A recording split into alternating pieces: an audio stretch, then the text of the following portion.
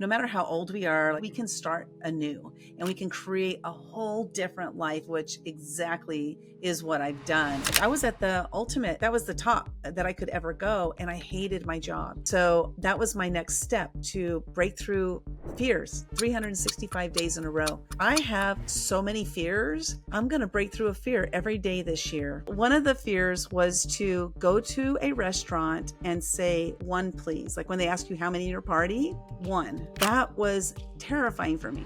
People don't have fear of success. They have the fear of what people might think of me when I become successful. They don't have the fear of failure. They have the fear of what will people think of me if I fail. Really, the root of our fears, for the most part, is that fear of judgment. If you've already existed this long in this way, why change now? I didn't know what was going to come, but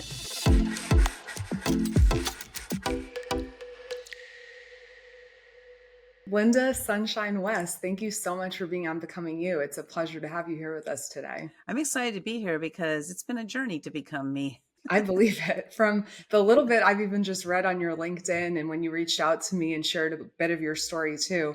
Yeah, I can only imagine. And I know we're going to dive into some of that today. But what inspired you to, want to be on the show? Yeah, really, it's about, the journey of how I became myself. And I love to share it because no matter how old we are, like I started my journey at 51. So I love to share that no matter how old we are, we can start anew and we can create a whole different life, is which exactly is what I've done. And so anything I can do to encourage or inspire or motivate people to take action to start something new today, I'm Mhm. always up for that. That's amazing. When you say you started your journey at 51, what does that mean for you? Yeah, more like my personal development journey. My journey started when I was born, of course. Like Sure, that's yeah. like the Well, that's genesis of why my real that's why it story. caught my attention. I was like, "Wait a second, Yeah, what happened at 51?" yeah, thanks for asking that because I never thought about it like the way I was phrasing it, how it might create, like really, what does that mean? Well, at 51, there was a very pivotal moment in my life. And I remember it as if it were today. I was driving to work and I was stuck in the traffic that I'd been stuck in for 36 years, working in the corporate world. In those 36 years, I had had 49 jobs. Oh my And gosh. that, yeah, I know. Yeah, it's, I was just constantly trying to find something better. I never felt appreciated, like all the things that we, at jobs, Oh, yeah. and so that particular day, something was different where I just had, like, I had it. I was, angry. I just was like filled with hate, as I was driving to that job. And I was working for a judge in the Court of Appeals, which for my line of work, I was a legal secretary for 20 years. I worked my way up to working for a judge. And like I was at the ultimate, like that was the top that I Oh, could ever yeah. go. And I hated my job. Absolutely. Just hated it. Yeah. So as I was driving to work that day, the epiphany that came was that I was like, oh my God, I hate my job. I hate my life. Why am I here? I have no value. I have no purpose. Like, All the why worst I just thoughts, felt like yeah, that you could be thinking in that yeah, moment, right. Wow. yeah. Like I felt like a worthless, POS, why am I on this planet? I have no value. And when I got to work that day, this was that pivotal moment. It was like I said all this stuff. I was driving to work and I was just filled with anger and like spewing hate, And I got to work that day and I saw a Facebook post and it said, I'm a life coach. I took some time off. I'm getting back into it. And I'm looking for 5 women who want to change their lives. That post spoke directly to me. I wanted to change my life. So I reached out to her and started working with her. And that was August of 2014. And that was the greatest decision I ever made for myself in my entire life. And I was 51 years old. So Wow. that's when everything started. That was the Right. catalyst. Right. Wow. Tell me more about what that experience was. What was the program? How long did it last? What about it actually helped you on this new trajectory for the last, what is it, 21 plus years now at this point? Well, at this, yeah. So I'm 60. I'll be 62 in a few weeks. Oh, But and so my it's been math 10 is so years. bad. What you said That's okay. 2014, right? I'm like, wait a second, that's not 21 years. Okay, good. 11 years, but still coming up on 11 You're years. like, oh gosh, she's 70. She looks great for 70. No, no. But yeah, tell me about that experience and why it was so impactful for you. Yeah, at up to that point, so up to 51, I just lived my life, a robotic life, doing, doing things that I wanted to, having 49 jobs. I did do a lot of like job hopping, but my life was pretty robotic other than that. And there was something different about that. I didn't even know what a life coach was, at that point, but I knew I wanted to change my life. So that was really like that catalyst. So when I talked to her and she told me what it would look like, working with her, I was like, I'm all in. I'm all in. I don't know what this means, what it means for me, but I went all in. And so working with her was 5 months. And it was 5 months of every single week I would connect with her, whether it was on a phone or a Zoom or in person. And we would get together 1 hour every week. At the end of each session, she would give me like what I called a homework assignment. And I'm really good at doing my schoolwork. So I would go home and do my homework. And I got to tell you, every week I hated her. I hated her so much because these homework assignments were horrible for me, but they were necessary for my growth. And by the time the week was over and I was meeting with her again, I was like, oh my God, that was the greatest thing, ever.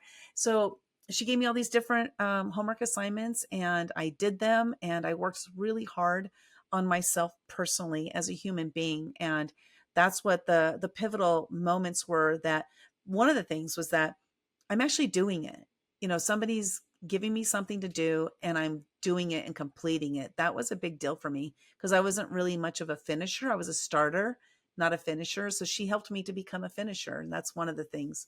Wow. It sounds so interesting to focus on your personal development from a business coach, right? She was a business coach at the time? She was more of a life Oh, a coach, life but she coach. also Okay. was a Yeah, you business mentioned coach. that. Yeah. Yeah. Okay. Yeah. So Yeah. it's, More of a life coach than she was a business coach too, but my yeah. focus with her was on my life, not my Right. business. Okay. That's awesome. And I was getting it a little twisted in my mind because I know there are a lot of business coaches out there who will offer similar services, maybe of, hey, let's meet once a week and evaluate what your professional growth plan can look like. But to your point, delving inward and focusing on the person is actually fundamentally necessary before you can change all these other aspects of your life. So I appreciate the clarification and even repetition because I missed it the first time. So thank you for that. And working with a life coach, I've even done the same thing. It's very powerful, and I can understand why that would have changed your outlook in such a tremendous way. Um, the anger side of things and the way you expressed it so well. I mean, I think we can all relate to being that mad with ourselves, with our life, whatever the situation is. Do you still identify with that level of anger, and how has that morphed or changed for you? I love this question. I do not relate to that at all. Like it's a such a distant past for me that it doesn't even happen. Like the same kind of situation that would happen today that would have happened back then. Today it just kind of rolls off of me and I just don't have that hate, that disdain, that anger, that just that vile sense of me anymore. It's totally gone. And what a blessing that is, right? To be in that place. I'm at such peace. Like I'm at this tremendous space of peace right now in my life that everything it I'm not that everything's the best, but I'm at peace with what it is. I'm just living my life now daily instead of just filled with that anger. Right, right. That's amazing. So when you spent all of this time in corporate America and then you meet someone, when you're halfway, maybe halfway through your life, if you live to be 100, which is always my goal. I think about 100, 120. So I'm like, how do I want to spend all of these 116, years on okay? this planet? 116, that's all. I already know it. Right, right. No, I love that. Um, I'm just curious, yeah, like, so what have you been doing with your new life, your new lease on life and this new journey that you find yourself gifted with? I mean, you went from a very dark place now to a place very light and airy. Obviously, it's not just that. There's got to be a lot of steps along the way that led you to this point. And I'm curious, how are you spending your time now? That's for sure. Yeah. Before we go there, I do want to share just like, what made me so angry. And, when I was growing up, I grew up in a very volatile, abusive, alcoholic household. And when I was 5, I decided I don't want to live here. So I ran away and I was gone for a week, gone for a whole week at 5 years old. And the first question most people ask me is like, where'd you go? So I just went to the neighbor's house. So I was in a safe environment. I was with my friend. I had house. I had food in my belly and clothing from my friend and stuff. But nobody came to get me during that week. So I'm gone for 7 days, 5 years old. Nobody comes to get me. And I created this story within my own brain, and that was that they didn't come to get me because they don't love me and they don't want me around. Now, the reality was that my mom knew where I was. She knew I was safe. She was in constant communication with a neighbor.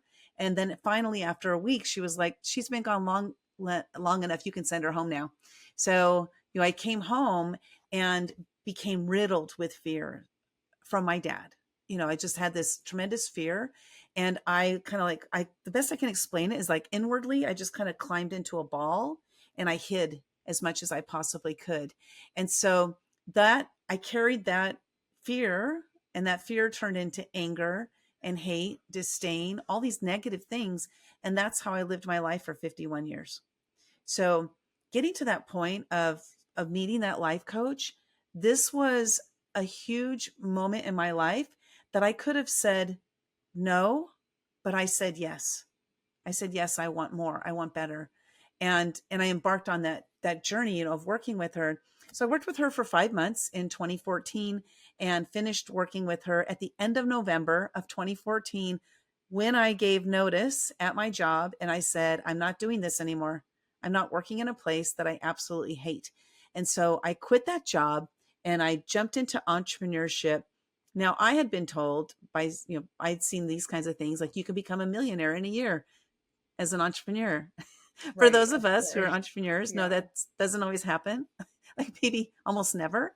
And so I'm still waiting for that year, that that $1 million year. I'm working on it. Yes, But yes. Yeah. I'm in the process of manifesting that for sure. And this year is supposed to be the breakout year. But anyway, so that journey is what started. And just like you mentioned, that we have to work on ourselves first. I had so much stuff like crap that was preventing me from progressing much in life because I had just held it all down. So the life coach started to open up ideas and open up thoughts and possibilities and opportunities. And then what ended up happening is January 1st of 2015. I had worked with my life coach. I was done with her and something happened. And that was that I woke up and I said, I have so many fears. I'm going to break through a fear every day this year. And so that was my next step, was to break through fears 365 days in a row. And that was the catalyst that really like catapulted me into a whole different being. And it's been incredible. I'm so glad I did that year. It was hard doing that every single day for a year to be committed to it, but it was the greatest year of my life. Yeah. So that's kind of like just a short, like how it all started. But I ended up meeting my mentor that Yeah, year thank in you. 2015. Let me just ask you a question though. Like, thank you so much for sharing all of that and obviously your origin story. Um, I just appreciate your vulnerability and your willingness to share that. There's a lot of folks I know who can relate to the circumstances you found yourself in. And as children, too, we don't always understand the situation. So, again, you're gone for a week and then you think everyone abandoned you. And meanwhile, you come back and now your whole life and perspective has changed. And it's through the eyes of a 5-year-old. Well, just a little comment about the 5-year-old thing. I think it's really important for us as parents. By the time I made this realization about what that 5-year-old moment really meant for me, my kids were already full grown. I had grandchildren. But as parents, really to think about it, how much our children actually know what's going on. Like I knew this was a bad environment. That's why I ran away.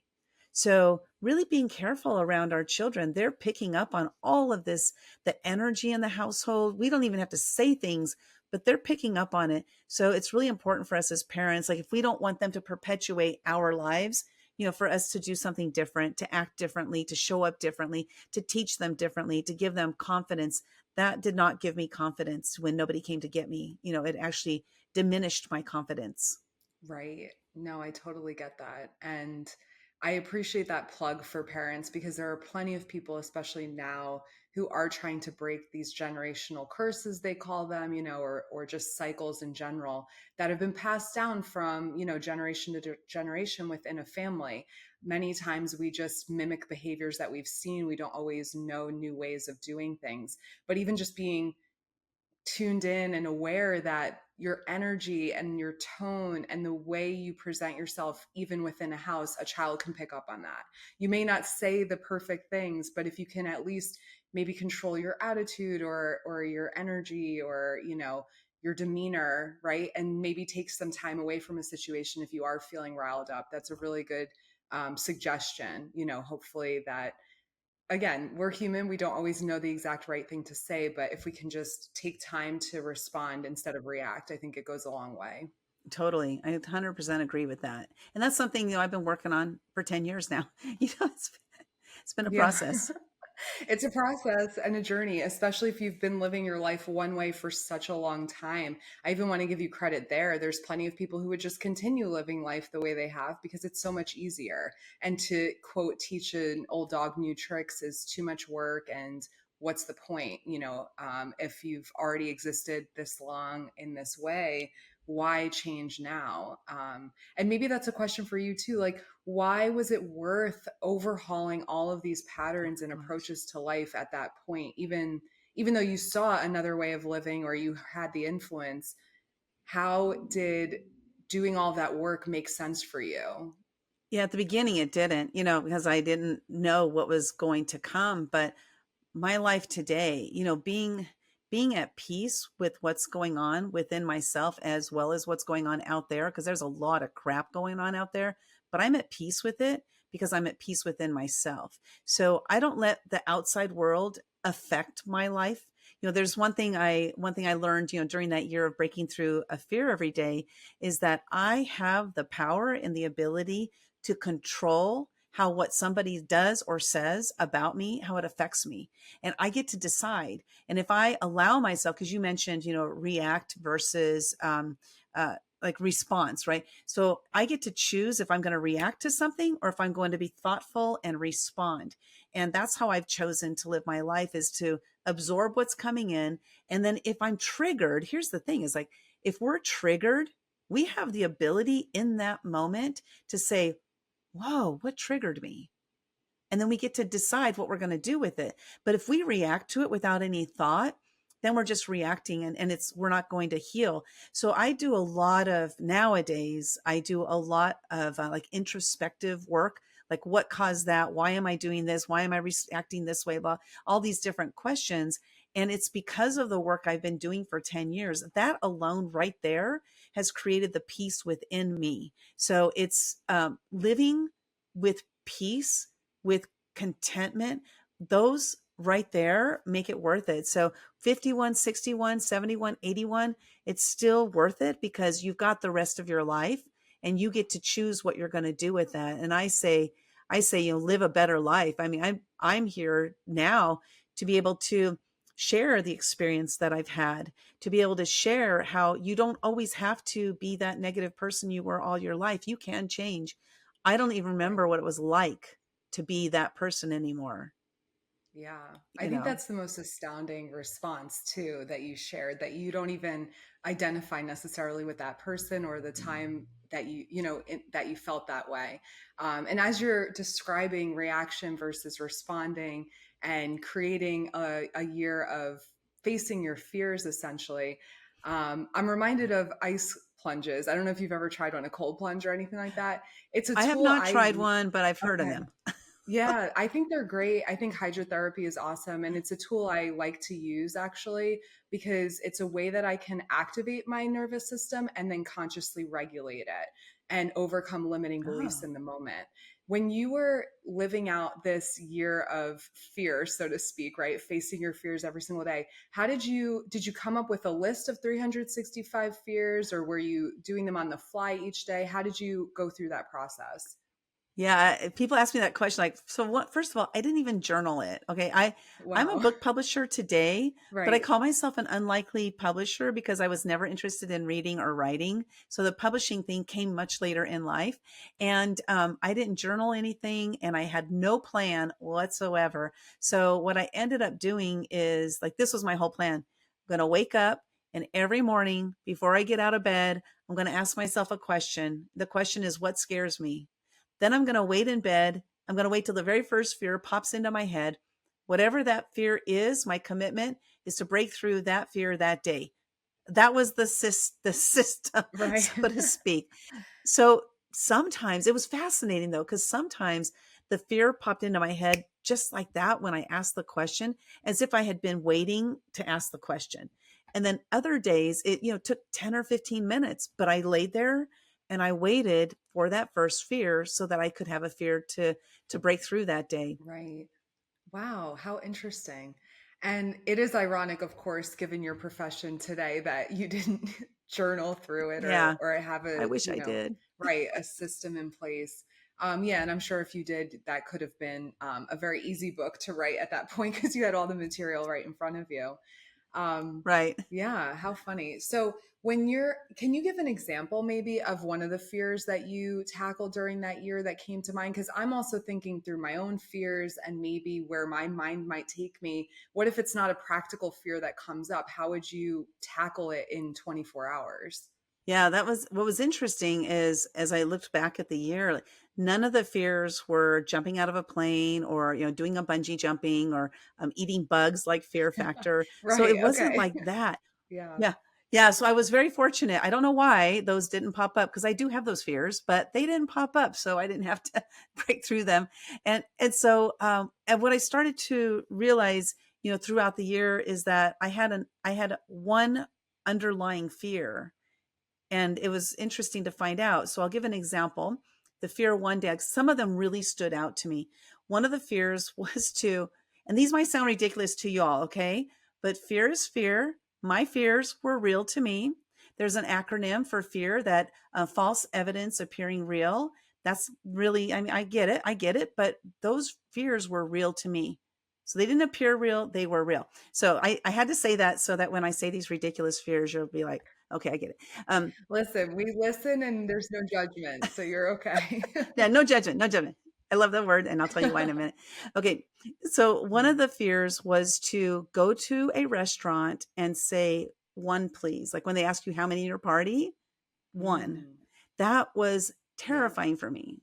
And another one was to go to Starbucks because I used to go to Starbucks every day. I take my laptop and work out of Starbucks. Go to Starbucks and talk to a stranger.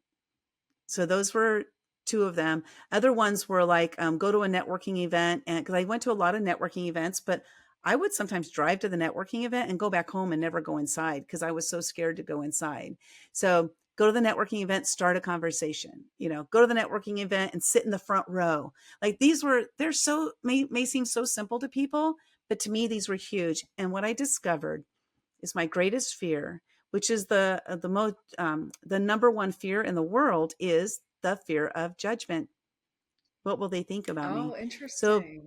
Okay. yeah, yes, you mentioned the word judge, like no judgment, right? Yes, So I'm I like, oh, did. I'm so glad Right. she said that. That is ironic. I'm so And glad. also, I didn't know it was the number one fear. I know people fear the dark, they fear public speaking, and they fear death, but I didn't know judgment. But that makes sense. The fear of other people's Yeah, opinions. I've heard of that, y- FOPO. Hmm. yeah. No, let me share with you that. See, they Please. say Yeah. the more people are scared of speaking on stage than they are of dying, and that's not true. The truth is more people are scared of what people might think of them while they're on stage. It's the judgment that we might get from people. It's not the fear, because I can speak on stage if I'm by myself. I'm on stage, I'm speaking. But if there are people watching me, there's that fear. It's the Right. fear of judgment. People don't have fear of success. They have the fear of what people might think of me when I become successful. Or they don't have the fear of failure. They have the fear of what will people think of me if I fail, right? So really the root of our fears for the most part is that fear of judgment. So if we can conquer one fear, the fear of judgment, we have won the battle of fear. So I now use my fears to fuel me forward. I said, oh, that's just fear. I'm going to do this because I'm scared. Because 99% of the time, when you break through a fear, you're glad you did it. You're proud of yourself. You met somebody you wouldn't have met. A door opened that you didn't even know was closed. So if that's going to be your result 99% of the time, you have to break through the fear, because that's what you're going to get, is that greatness on the other side. We use fear to stop us, but if we use fear to fuel us to go forward, our lives can drastically change for the better. And that's exactly what has happened with my life by breaking through those fears. Oh my gosh, some of the things I've done, the people I've met. I interviewed the president of Mexico in his Oh my presidential goodness. suite one year because Wow. of what I was breaking through these fears. That would never have Right. happened Right. had I not broken through those fears. Yeah. It's amazing. You use fear as a roadmap for you, to lead you and guide you, even just by asking yourself that question. And how often do we miss those opportunities to turn inward and answer things for ourselves? We look externally and we think someone else is going to have the right or better answer, when all the while it may just be within us, just waiting to be answered by us many times. So that's very interesting. And I appreciate that you followed your intuition to find that and create that reality for yourself.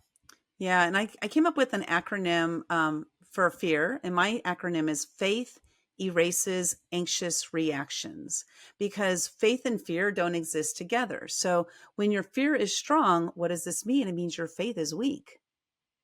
So you need to flip them, and your faith needs to become strong. So your fear is weak. So if you're experiencing fear, tap into the faith in yourself. Like, I got this, I can do this. And if you can't do it, then reach out to your, those supportive, positive, uplifting people in your life, not the ones that are going to, say, no, you can't do it, but reach out to those positive, like your coaches, your mentors, and say, I need your help because I want to do this, but I don't know what to do, or I'm scared, or whatever. And then also tapping into what you believe in. I believe in God, so I tap into God. I'm like, God, I tried this and that's not working, I need your help. And that's what helps me to get through those fears. But when my faith becomes strong, the fear is weakened, and sometimes it completely dissipates. So faith erases anxious reactions. Have more faith in yourself and go out there and do it. Right. Wow. Yeah. And just overcome your fear, rip it off like a band-aid and jump out of Yeah, bed, exactly. and go after it. That's awesome. Yeah, make it happen. Yeah. Okay. Very cool. Well, that is an amazing summary of your life. I mean, it's so interesting to be able to summarize your life in 20 minutes, when you've lived for over half a century at this point, Um, yeah, it's just amazing. But I know you mentioned publishing, and a lot of my listeners, I think, are very interested in writing books themselves. I, for one, have already started writing my book, and I just need to figure out what the process is. Yeah, thank you. So more to come on that for sure. But I would love to hear what got you even into publishing when you didn't have that background, and maybe what can you do, or how do you help people today? I mean, whatever you want to share on that. Yeah, thank you for that. And that is a big part of my journey because, as I mentioned, January 1st, 2015 was the first day that I started breaking through those fears. And through that, my life coach, who I had worked with for 5 months prior to that, she invited me to go to it was January of 2015. She invited me to go to a vision board seminar. And so we had attended that seminar together, and I had no idea how much my life would change that day. That's the thing is, right, we do things and we never know what the trajectory is going to be after meeting somebody new. So anyway, I attended that event, and this gentleman spoke at the end of the seminar, because they had 5 speakers speaking, and he was the last speaker. And I ended up going to an event he was hosting. He ended up becoming my mentor. So as he was mentoring me, one day we were talking, and he shared with me how he was working on a collaboration book where everybody writes one chapter, and the book was called Footsteps of the Fearless. Now, I was breaking through a Oh, fear every day for a I year, and he was know. like, this Yeah, is a perfect book for you, right? it Yeah. So is. I said yes. Not a writer, not interested in writing, but he said, I have a ghostwriter. They will write your chapter for you. So I ended up joining that book, and it was so cool to be able to share, part of my story in that. And then after that year was done, I broke through 365 days of fear. My mentor appears again and says, you should write a book about that. So I wrote a book. It took me a year and a half to write the book, but I finally finished it and published it. It's called The Year of Fears. And after I published that book, I asked myself a question I now ask myself frequently, and that's, what's my next natural state of progression? I was in a book, I wrote a book. I'm going to follow in my mentor's footsteps, and I'm going to put together my own collaboration book. So I reached out to some of the people I met that year, 2015, the founder of UGG Boots, the inventor of the credit card magnetic strip, and the creator of the Make-A-Wish Foundation. I met these guys, on this journey. And I said, hey, I'm thinking of writing a book called Momentum. Will you be in it? And they all said, yes, just tell me what you need me to do.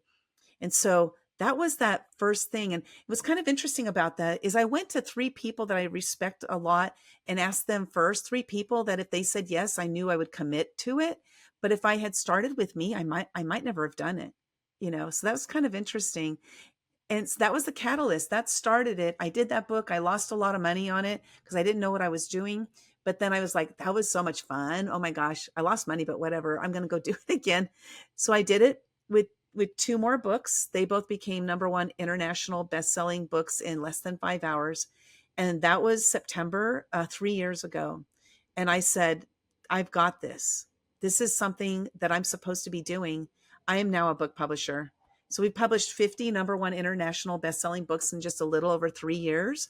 Once I made that declaration, like, this is what I am. I'm a book publisher. And our mission is to empower 5 million women and men to share their stories with the world to make a greater impact on the planet. That's amazing. And I can only imagine the learning curve that you must have had, going through this process, being so new to it, jumping right in, accepting kind of quote defeat, even having high profile writers collaborate on a book with you. And the book still, it sounds like it may have flopped or, whatever it is. I don't know if it's still available. Maybe now with all of your new success, people will go back and read that book. But it is interesting that window, that 5 hour window of becoming a bestseller versus sitting on a shelf for months, if people don't know about your book. It's almost like real estate. If a house stays on the market too long, people glaze over it. They don't care. They think something's wrong with it, maybe. I don't know if that's a direct comparison to books, but I know for houses in the housing market, that tends to be kind of an unconscious bias that exists.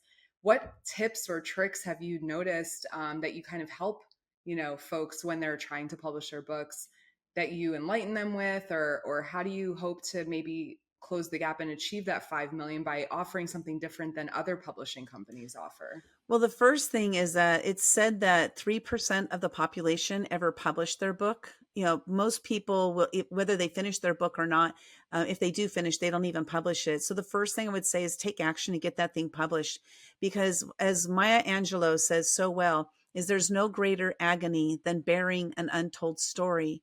So we have our stories inside of us. We put them on paper, we put them on our computers, and then we don't publish them. They're not doing any service to the people out there who need to hear our stories. So that's the first thing, is just get it done, get it out there. Done is better than perfect. There's a saying like that, right? And it's really true, because getting it out there is going to make an impact, and not getting it out there will not make an impact. So that's the one thing. As we also help our clients. We have a lot of clients who come to us and they're in collaboration books, because that's really our kind of our flagship thing, is creating these collaboration books where everybody writes one chapter. And one of the things that we help them do is to then turn that chapter. So now they've taken that step to write a chapter in a book. And a lot of them are first time authors. They never did anything like this before, which I love, because I get to help people through their fears of, publishing, being a published author. But now what do they want to do? That next step is to take that chapter and turn it into an ebook. And so they can have their own book. And so it's really fun for me to be able to see people go through that process of, I'm kind of scared to share my story, but I'm going to do it. And I'm going to do it because I'm scared. And then they get it out there, and then they get that bug like I did. I was in the first book, then I wrote a book, then I did a collaboration book. Now I'm like a 43 or 44 times number one international best-selling author, just because you can't stop me now, Right. unleash the beast. Yeah, I love that. So, And so get it out there's there. so many of my friends coming to mind and my colleagues who would love to be in a collaboration book. And then I'm sure we'll just fight over who gets to be the author name on the front of the book. But how do you handle that? Because that's got to be the next, scenario where everyone kind of maybe wants credit, or they want to be, the idea creator behind the collaboration book, especially if that's the bread and butter and that's the flagship model for writing the book? Yeah, we have something, it's called our influencer program. And with our influencer program, we like say, for example, you wanted to put together a book, then we would talk about, the theme of the book and who is the perfect fit to share a story in that book. But now let's say we've had some of our books, not all of them, we've had some of them where the authors that are the co-collaborators are like, can we get our name on the front cover? So what we do is we just design the cover so their name fits on it, so that's just that's something behind the scenes that we talk about. It's between us and the influencer themselves, like of what they want to do. But this is something that, our goal for 2025 is to publish 25 influencer books. So we're well on our way. We're working on 8 right now. So we're, looking for those last 17 for the year. And this is one of my favorite things to do, because we have an opportunity to help more and more people take that first step to be a published author, but not only published, but to become a best-selling author. And that's one of my favorite things, is to see their faces light up when they're like, congratulations, you did it. You're a best-selling author. It's so much fun.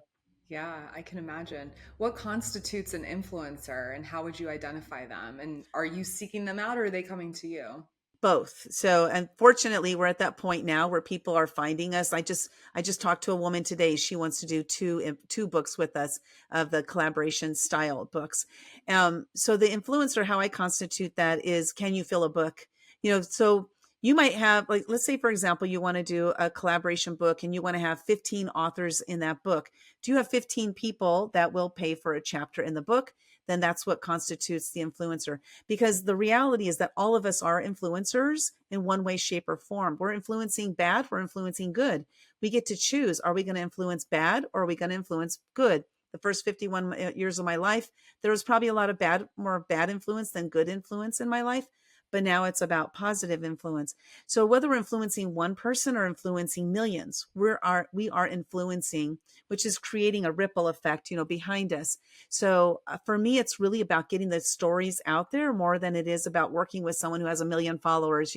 I just want to get the stories out there. That is my mission, because I know firsthand the power of sharing your story, how amazing it is, how, like, for me, it was extremely healing to start to share my story. You said earlier, thank you for being so vulnerable.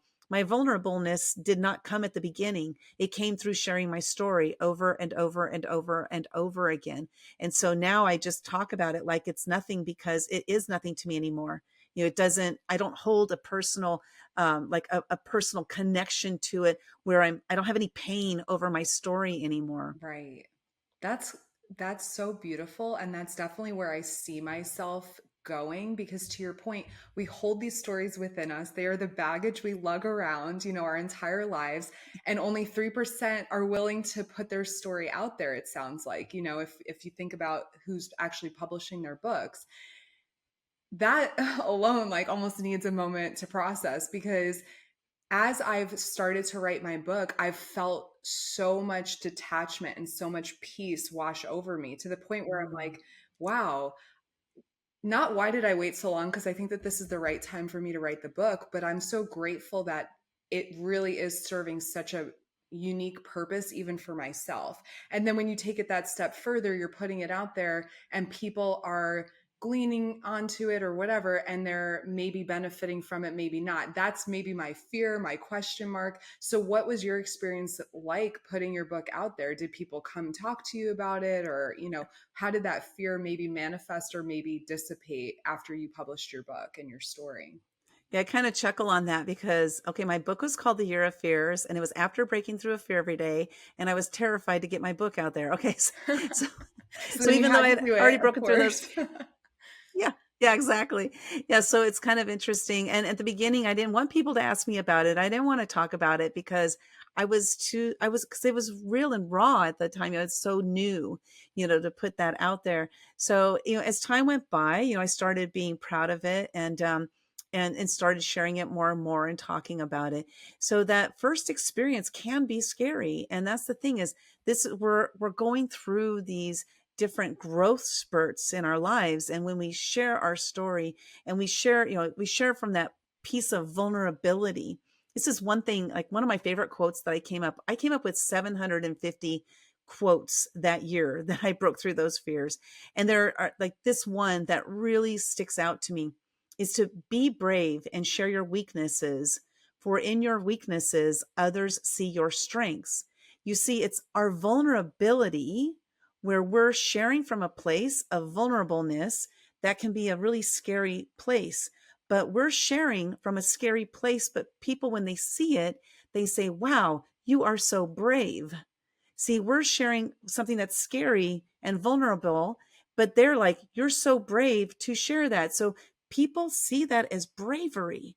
So that right there, when I made that discovery during that year, that when I was sharing things that were things that a lot of people don't share because they're worried about the judgment, right? So I was working through my judgment and my fear of judgment. And so when I had that realization, it made me realize that I must share all the time. So now you just can't get me to shut up, okay? Right, right. And I know you've been on many shows. You shared with me that you've been interviewed a bunch of times, and obviously you've also been able to interview people. I didn't even know that you interviewed the president of Mexico, and that's I still know. So incredible. that But was like, it's all what? from, yeah, overcoming your fears and just putting yourself out there. And like you said, it's flipping the script in some regard and changing the perspective from fear to bravery and courage. And what's interesting about sharing your story, originally, I think when we share our stories, it is this raw vulnerability, and then over time it kind of morphs into maybe healed scar tissue, where you can own that story but it doesn't define you anymore, and you're not embarrassed by it, and you're not so attached or emotionally charged by it. Was there anything that you did to help get yourself to that point, or was it truly just repeating your story multiple times? Yeah, I think it was really the repeating my story multiple times and then having that realization that, a lot of people, especially when I would talk about, the running away thing, that was really hard because, here I ran away and I had that belief. And then when my mom said, oh, she's been gone long enough, you can send her home now. When my mom told me that story, I was about 43, 44 years old. And we all just laughed about it. Like, she told us like, oh, that's so funny, but I didn't realize how much pain was down there until I started really, talking about it. So that pain, like you mentioned, the scar tissue, what happened is the more I would tell it, the less I would cry. But I would tell it and I would keep telling it. A lot of times when we start to cry, we stop or we say things like, oh, I'm so sorry for crying. That's when you have to keep going. But we stop ourselves. So we're stopping ourselves from healing. And so I would just keep the crying. And what I used to do in the past, and I didn't realize this until my life coach, is anytime something would come up that was painful, I would make a joke about it. So when I was in junior high school, I was made fun of a lot. I was flat chested. I had this sloped nose, whatever. I had all these things, and I was always made fun of. And the worst were the boys, right? They were the worst. But most of my friends were boys, so it was my friends that were making fun of me. Okay, and so I learned in eighth grade, I learned how to be faster at making fun of myself than they could be. And so I became witty. I became funny and I would make fun of myself and everybody would laugh. So I became the jokester, and then I got really good at making fun of other people. So it just kind of perpetuated, but that was all from the pain. All of that laughter was from the pain. So when I started crying, I would try to stop myself because like I got to just make fun of myself. So it was work. It was work to get there. But again, so worth the work and the effort because now it's effortless.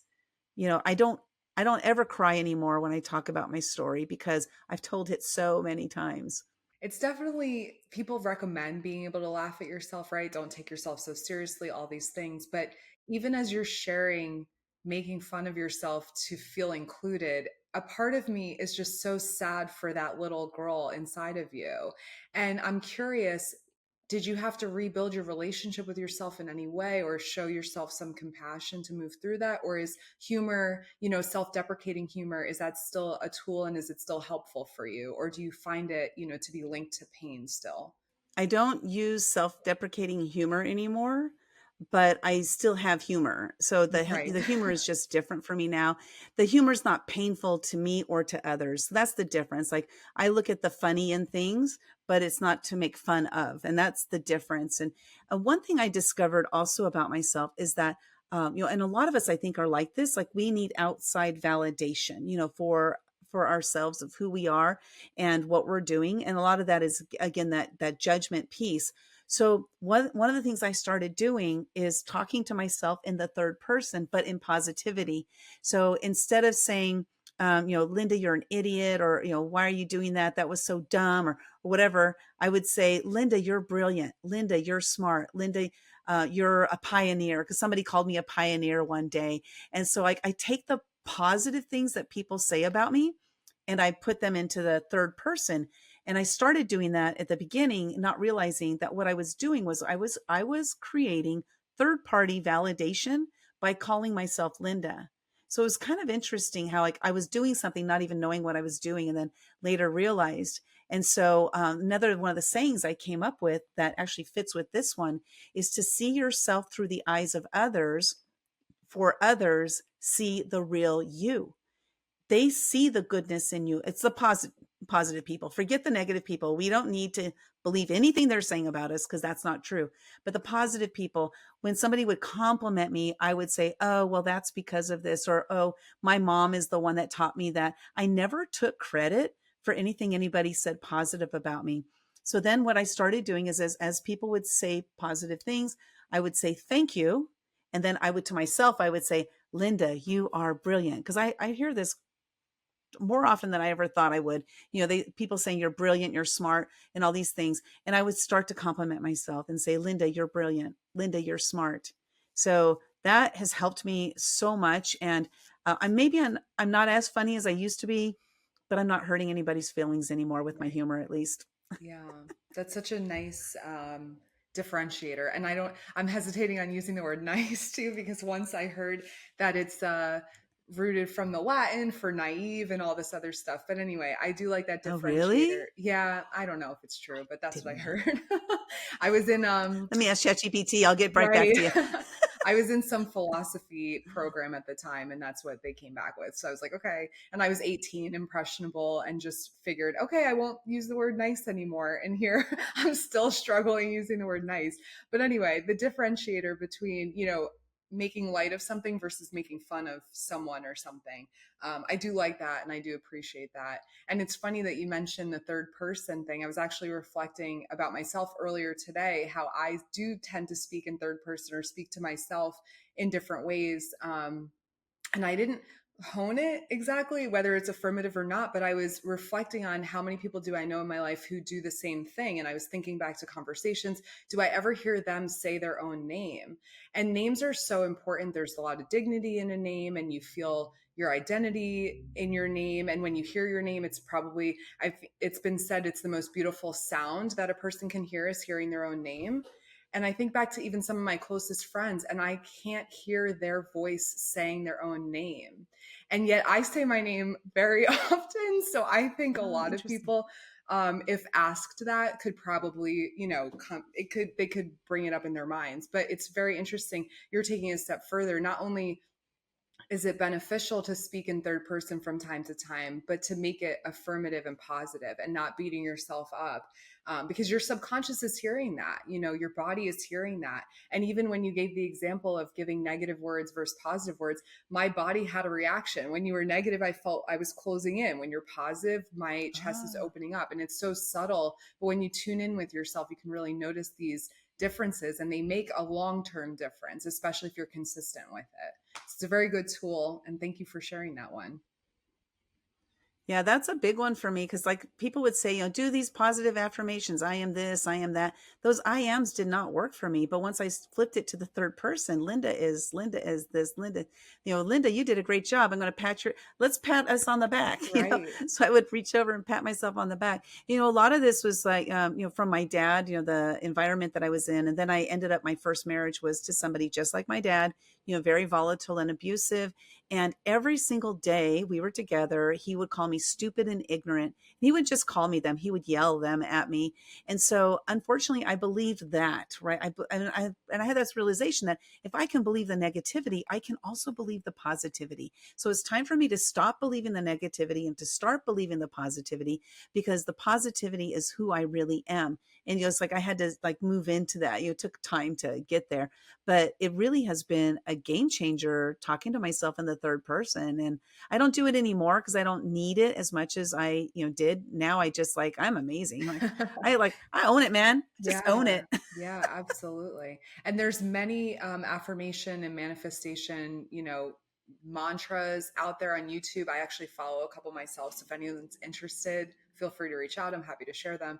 But that alone, just believing that you can rewrite the talk tracks in your head may feel very foreign and may feel impossible. But if you just let your subconscious tune into those thoughts and they're just, nice, positive, repetitive messages, you'll be surprised how that shifts your own thinking, your own talking to yourself, and the way you think and talk about other people as well, and the way you show up in the world. Some of them even say something like, "Oh, I have a soft smile on my face," and that could be from a meditation or something. But then if you practice having a soft smile on your face, your whole mood can change just from that small gesture. And it's all for yourself at the end of the day.